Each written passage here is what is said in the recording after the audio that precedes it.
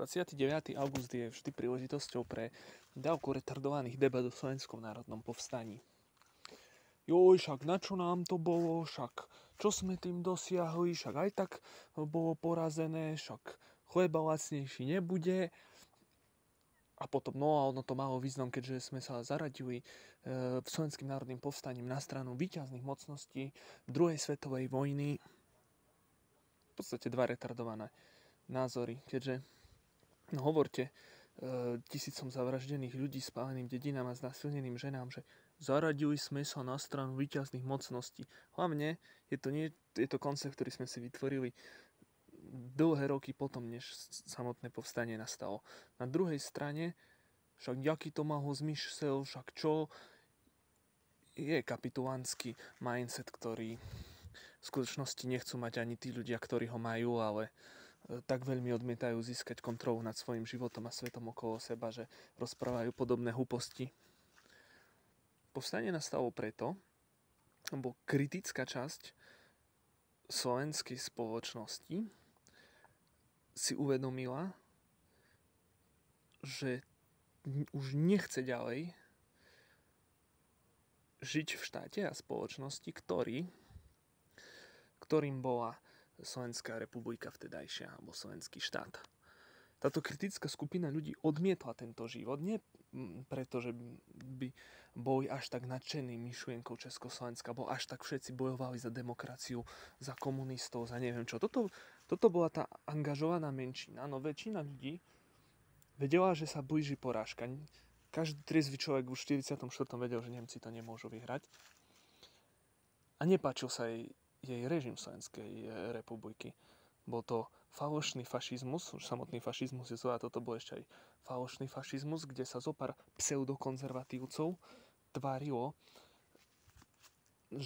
na čestných politikov, vedených pokryteckým kňazom, a vytvorila si vlastnú malomestskú oligarchiu z tých, ktorí arizovali židovský majetok a stali sa podnikateľmi a biznismenmi len vďaka tomu, že neboli Židia. Toto nebola spoločnosť, ktoré veľa ľudí chcelo žiť. Tá malá angažovaná masa strhla väčšiu skupinu nespokojných a tá väčšia skupina nespokojných strhla už ostatných všetkých so sebou. Rovnako aj partizáni po udalostiach v Ružomberku pár dní pred povstaním vedeli, že je to teraz alebo nikdy. Ak do toho nepôjdu teraz, tak pôjdu či už orgány slovenského štátu alebo nemecké priamo po nich. Ľudia v danej dobe nevedeli, aký historický význam my priradíme tomu, čo oni vykonali. No to len historický význam to malo. Dôvody, prečo stále existuje táto diskusia a malo to význam, nemalo to význam a čo to vlastne bolo, sú dané tým, že sme sa doteraz nezorientovali vo vlastnej histórii.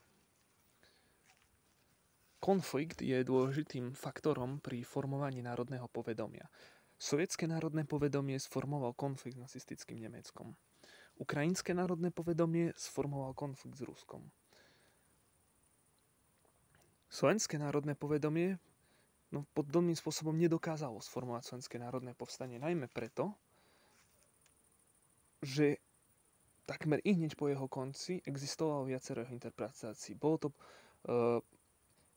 povstanie proletariátu voči fašistickým utlačovateľom, bol to boj za demokratické Československo, bol to slovenský boj za Slovensko bez fašizmu s rovnoprávnym miestom v Československu.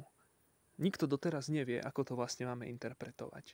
No pre ľudí, ktorí ho svojho času rozputali, by tieto interpretácie z veľkej časti nedávali zmysel. Slovenské národné povstanie bolo veľkolepé a brutálne ako ktorýkoľvek iný vojenský konflikt s hrdinstvom aj množstvom zločinností.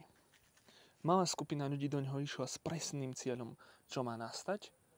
Väčšina do ňoho šla preto, a to je to, čo si myslím, že si z neho môžeme zobrať, viac než všetky tieto iritujúce debaty, či malo alebo nemalo zmysel.